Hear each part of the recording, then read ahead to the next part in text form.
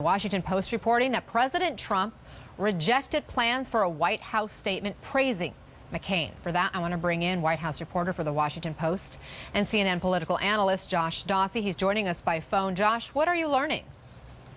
Hi, Anna. So what I'm learning tonight is that the White House had prepared a draft statement labeling John McCain, the Arizona senator, a hero and lauding his service for release. And instead of releasing the statement, the president nixed it and said he preferred to tweet instead. And he tweeted condolences to the family without giving any of the laudatory praise and any of the compliments that the White House statement was going to give John McCain. And that's caused some ripples in the White House. You've seen in the past 24 hours or so a number of senior officials, the Secretary of State, the National Security Advisor, the Vice President, others have put out statements calling John McCain an American hero, praising his service, saying kind and generous things about him. We have not seen that from the president. And when given the opportunity to release an official statement from the White House, the president said he did not want to do that. In fact, we're putting up the president's statement that he tweeted out. My deepest sympathies and respect go out to the family of Senator John McCain. Our hearts and prayers are with you. It was short, it was sweet. There was no mention of John McCain's service to this country. President Trump was told he wasn't invited to the funeral. Josh, for those who don't know, explain the root of this public feud between the two. Sure. So there's deep animosity between the two men. Back in 2015, if you remember, President Trump said, then candidate Trump said that John McCain, in his estimation, was not a war hero. He said he preferred his heroes to not be captured, and John McCain was captured. It was comments at the time that felt cataclysmic for his candidacy, but they turned out not to be, obviously.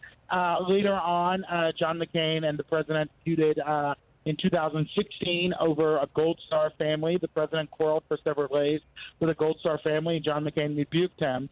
Once they came into office, the Trump administration, McCain has been a persistent critic on a number of fronts. Recently, he criticized the administration over Russia and the president's press conference in Helsinki with Vladimir Putin. He said he thought it was a deplorable performance. He has been critical of the president's rhetoric on the news media, asking him to tone it down. And the president has not seen John McCain as a friend. He was deeply frustrated that John McCain voted no on repealing the Affordable Care Act. You remember there was that iconic scene where John McCain went to the floor, put both thumbs down, and scuttled the legislative accomplishment for the Trump administration. That's what they were trying to do, was repeal the Affordable Care Act, and that cost him. After that, the president wanted John McCain privately to resign. He said he's not in Washington, he's in Arizona. He should let someone else take his seat. And the two men have not had any sort of meaningful interaction. Now, part of it is interesting is that, John McCain has agreed with the president on a number of fronts. He voted for Gorsuch, the Supreme Court nominee last year, the tax bill. He supported more defense spending. But when the president was in Fort Drum last week to talk about the defense spending bill that had John McCain's name on it, the president did not mention him, even though he was signing the John McCain bill for defense spending. So the two have a checkered relationship, to say the least. Excuse me. One interesting part is that Chris Ruddy, who's a longtime friend of the president and kind of an astute observer of Trump world, told me that back in 2008, President Trump actually liked John McCain and supported him in his presidential bid.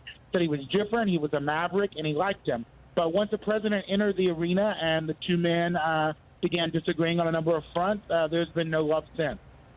What do we know about how McCain viewed the state of the country under President Trump? Well, John Weaver, one of McCain's longtime aides and allies, said to me today that he saw it as dark and that he even saved some of his sharpest criticism because he didn't think it was best to say it publicly. He certainly was no fan of a Trump presidency. He did not like the president's tendency to be kind to autocratic leaders like Putin. He had questions about North Korea and his policies there.